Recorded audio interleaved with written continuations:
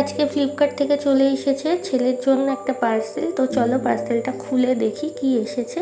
এসেছে একটা high chair, খাওয়ার টেবিল। তো ছেলে এখন বসতে শিখেছে আছে, তো সেই কারণেই আমি এই খাওয়ার চেয়ারটা অর্ডার করেছি।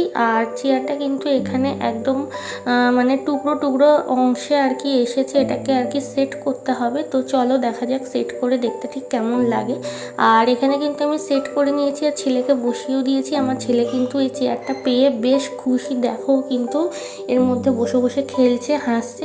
আর এটা হচ্ছে অ্যাকচুয়ালি খাওয়ার টেবিল। তো এখানে বেল্ট সিস্টেম আছে যাতে বাচ্চারা পড়ে না যায়। তো এটাকে ছেলেকে বসিয়ে দেখো আমি এখানে বেল্ট দিয়ে আটকে দিয়েছি।